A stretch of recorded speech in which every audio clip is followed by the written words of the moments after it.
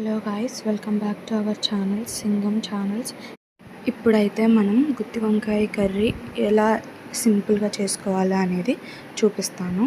ఇప్పుడు మనకు మసాలా కావాల్సిన ఐటమ్స్ ఏంటి అంటే కారం, పసుపు, ధనియాల పొడి, వెల్లుల్లి, పచ్చి కొబ్బరి, తర్వాత నూనెలో వేయించిన గ్రౌండ్నట్స్, తర్వాత ఆనియన్స్, టమాటాస్, చింతపండు. గాయ్స్, ఇప్పుడు నేను మీకు అన్నీ స్క్రీన్ మీద వేస్తున్నాను ఏవేవి వాడాలి అని చెప్పి.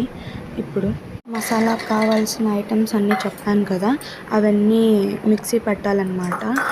ఇప్పుడు అవన్నీ మిక్సీ జార్లోకి వేస్తుంది మా మమ్మీ.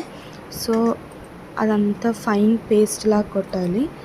లాస్ట్లో సాల్ట్ కూడా యాడ్ చేసింది గైస్, నేను అక్కడ చూపించడం మర్చిపోయాను, వేయలేదు అప్పుడు మా మమ్మీ. అన్నీ యాడ్ చేస్తుంది. ఇప్పుడు ఆయిల్ కూడా మిక్స్ చేసింది దాంట్లో. సో ఇప్పుడు మిక్సీకి వేస్తుంది.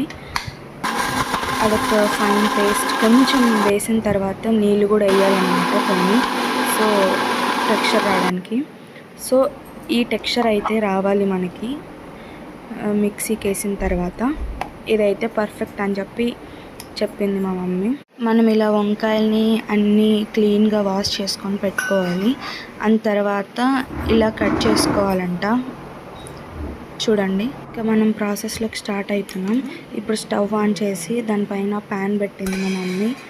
బౌల్, దాంట్లో మీకు తగినంత ఆయిల్, మీరు ఎన్నైతే వేస్తున్నారో అంత దానికి తగినంత ఆయిల్ వేయాలి. అండ్ తర్వాత అదంతా హీట్ అయిన తర్వాత ఆయిల్ ఇక్కడ వంకాయలు వేయాలన్నమాట.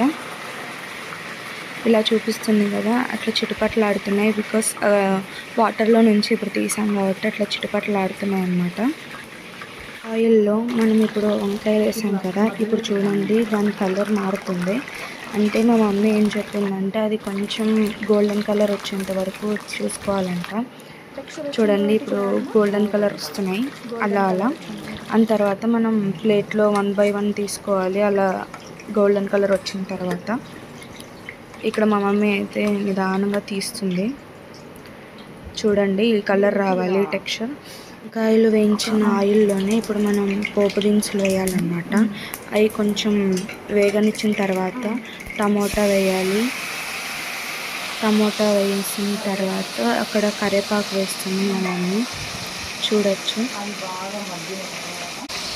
గంటతో బాగా మిక్స్ చేయాలన్నమాట టమోటా నూనెలో వేగడానికి. ఇప్పుడైతే మనం ముందుగా మిక్సీకి వేసుకున్న మసాలా అంతా ఇప్పుడు ఆ బాండీలో వేయాలన్నమాట.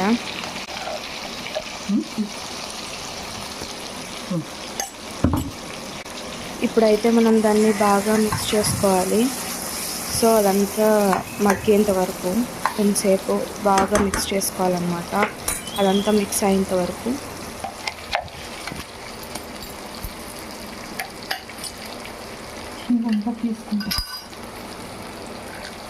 అంతా వేయాలని అంతే మసాలా. ఇప్పుడైతే మనం దీన్ని బాగా కలుపుకోవాలన్నమాట, కింద అంటుకోకుండా. అలా ఒక 10 minutes అట్లా పెట్టాలన్నమాట. కొంతసేపు కలుపుతూ కొంతసేపు అట్లా పెడుతూ ఉండాలన్నమాట, కింద అతుక్కోకుండా ఉంటుంది అప్పుడైతే. సో 10 minutes అయితే ఉండాలన్నమాట, అదంతా బాగా అయ్యేంత వరకు.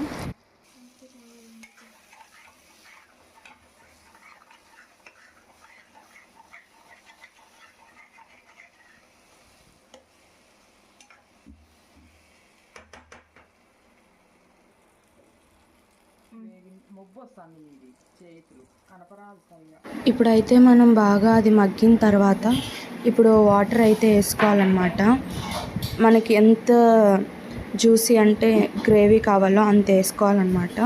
మా మమ్మీ అయితే కొంచెం కలుపుకునేలాగానే చేస్తుంది గ్రేవీ. సో కొంచెం ఎక్కువ చేస్తుంది, అందుకు కొన్ని వాటర్ కూడా యాడ్ చేసిందనమాట. మీకు కావాలంటే ఇంకా కొంచెం కావాలంటే ఇంకా కొన్ని కూడా యాడ్ చేసుకోవచ్చు వాటర్. సో దాన్ని బాగా మిక్స్ చేయాలి. ఆ గ్రేవీ అంతా బాయిల్ అయ్యేటప్పుడు మనం ఒక్కొక్కటిగా వేయాలన్నమాట. ఆ వంకాయల్ని తీసుకొని బాగా వేయాలి. సో వేసిన తర్వాత బాగా కొంచెం మిక్స్ చేయాలన్నమాట, దానికంతా పట్టేటట్లు.